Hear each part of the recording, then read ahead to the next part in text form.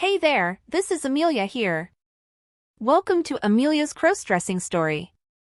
Today we are going to share a story called Caught Crossdressing by a Neighbor. Brought to you by Crow. For more interesting and exclusive stories, please subscribe to my channel and support me at Patreon. I'm Sebastian, just a regular university student living with my parents. To most, my life appears as ordinary as it gets. But beneath the surface, I harbor a secret passion that few could even guess. I love crossdressing. This peculiar fascination started innocuously enough. One day, while doing the laundry, I found a pair of my mother's panties that she'd accidentally dropped. They were a pretty shade of pink, adorned with a cute little bow. Something about them drew me in, and out of sheer curiosity, I picked them up. The moment I held the delicate fabric in my hands, I felt a rush of excitement mingled with confusion. It felt different, appealing even. Without giving it much thought, I tried them on, and it was a revelation. Soon enough, I found myself secretly wearing them to university, delighting in the thrilling sensation and the knowledge of my little secret. I loved how they made me feel, and before I knew it, my fixation grew beyond just panties. Over time, I built up a hidden stash of women's clothing and makeup. It wasn't easy, especially with my parents around, but I managed. I had to be stealthy, using my stash only when I was certain I had the house to myself. There was a sense of liberation each time I'd dress up. As I'd apply makeup, I could see a different version of myself taking form in the mirror. It was almost as if the reflection wasn't mine, but of someone I'd known my entire life but had never met.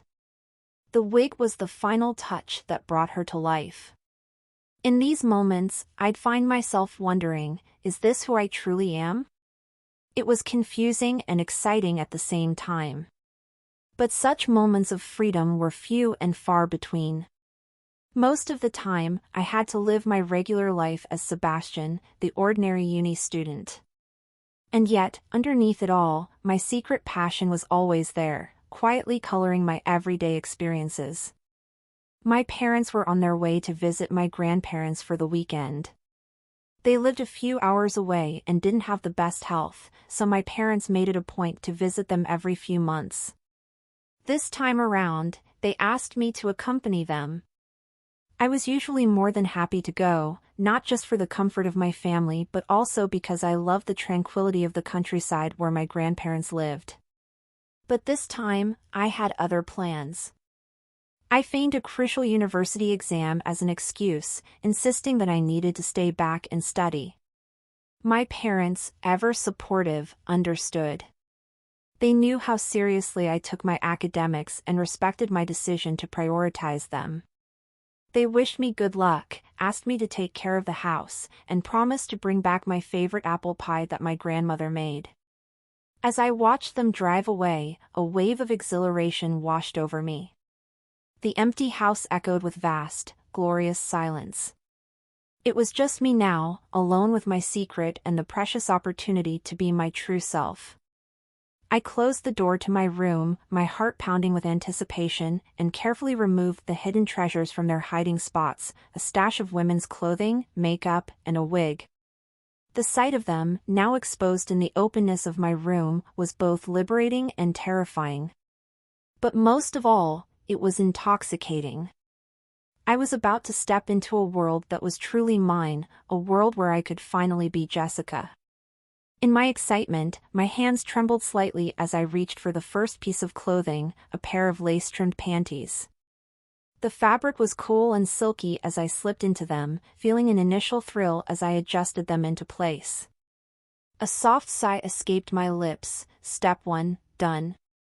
Next, I picked up a blush pink bra, its cups empty and inviting. With a sense of surreal excitement, I stuffed each cup with a silicone pad. The weight of the pads was unfamiliar but pleasant, filling the bra into a more feminine shape. As I clipped the bra into place and adjusted the straps, I looked at my reflection in the mirror. My heartbeat quickened, a sense of anticipation building within me. With the bra and panties in place, I reached for the waist cincher. Its tight grip was a stark contrast to the softness of the underwear. As I wrapped it around myself, the cincher cinched my waist in, sculpting a more feminine silhouette. Getting there, I murmured to my reflection, a thrill of excitement echoing in my voice. The black tights were next, their silky fabric unfurling smoothly against my skin. The sensation was comforting, a soft whisper against my skin that added another layer to my transformation. I took a moment to adjust them over the cincher, smoothing out any wrinkles with careful hands. Lastly, I slid the hip pads into place under the tights. Their presence was transformative, molding my figure into the soft curves of a woman. I stepped back to take in my silhouette, my heart pounding in my chest. The sight of Jessica, alive and real in the mirror, brought a smile to my face. "Hello, Jessica," I murmured, a quiet recognition passing between my reflection and me. The transformation was not yet complete, but with every added detail, I was one step closer to fully realizing my inner self. Excitement bubbled within me as I reached for the red dress. It was short, flirty, and everything I imagined Jessica would wear. The fabric slipped over my head, hugging the curves created by the cincher and hip pads. As the hemline rested on my thighs, a feeling of satisfaction washed over me. "I'm really doing it," I whispered, my voice laced with awe and disbelief. Next came the makeup. I was no expert, but I had spent countless hours watching tutorials, practicing on my hand, mastering the art of makeup application. I began with a foundation, concealing any imperfections and giving my skin a smooth, flawless look. As I blended it over my face, I found myself smiling, a sense of rightness settling within me. After setting the foundation with a powder, I moved on to the eyes. I delicately traced the edge of my eyelids with a black eyeliner, creating a wing that gave my eyes a seductive look. Just like the tutorials, I murmured to myself, feeling a swell of pride at my handiwork. The false lashes were trickier, but with careful hands and a lot of patience, I managed to apply them. They fluttered every time I blinked, making my eyes appear larger and more feminine. Then, I reached for the lipstick. It was a bold, vibrant red that I had chosen specifically for this occasion. As I traced it over my lips, I could see Jessica coming to life in the mirror. I took a moment to admire myself, my heart pounding in my chest. With the makeup complete, I moved on to the wig. I had chosen a long, brunette wig that cascaded down my back in soft curls. As I adjusted it onto my head, I felt a strange sense of completeness. "Jessica," I said aloud, my voice sounding strange but right to my ears. The final touch was the nails. Long, red, and impossible to miss, they matched perfectly with my dress and lipstick. As I carefully glued them on, a sense of finality washed over me. I was almost there. Finally, I slipped my feet into the matching red heels. The height added a new dimension to my transformation, making me feel powerful and feminine all at once. As I stood in front of the mirror, fully transformed into Jessica, I felt a mixture of awe and joy. I had done it. I had brought Jessica to life. And in that moment, everything felt just right. Even amidst the rising excitement, an idea popped into my mind. I fetched my phone and began snapping pictures. The lighting was perfect, highlighting the effort I had put into my makeup and outfit. In the living room, I leaned against the wall, a soft smile gracing my lips. Next, I tried a picture on the couch, one leg delicately crossed over the other, my hand gracefully resting on my knee. With each picture, I grew bolder, my poses more confident. The thrill of seeing myself, truly as Jessica in these photos, was beyond words.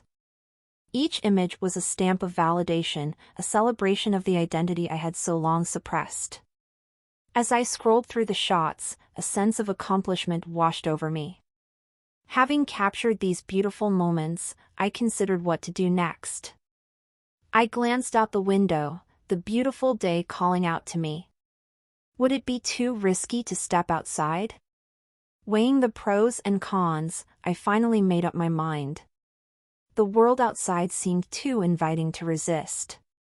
I went to the kitchen, grabbed a chilled beer from the fridge, and cautiously opened the back door. The fresh air greeted me, and I stepped onto the grass, my heart pounding in my chest. The feeling of being Jessica, out in the open, under the warm sun was liberating. I was relishing every second of being outside when a movement in my peripheral vision startled me. I turned to see our next-door neighbor standing in his garden, squinting in my direction. My heart pounded like a wild drum in my chest. He was an older man, often friendly to our family, but now his eyes held an edge of suspicion. He knew my parents were away for the weekend. My instincts screamed to run and hide, but I knew I had to remain composed. Any sudden movements would only confirm his doubts. I fixed my face into an amiable smile, casually finishing my beer, though my throat was parched with anxiety. Under his scrutinizing gaze, I felt every second stretch into eternity. Yet, I kept up my facade of tranquility. I made no sudden moves, just slowly stood from my chair, gathering my belongings. Keeping my head high, I calmly walked back to the house, the click of my heels on the pavement the only sound breaking the tension.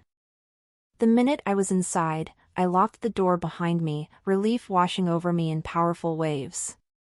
I was safe. For now.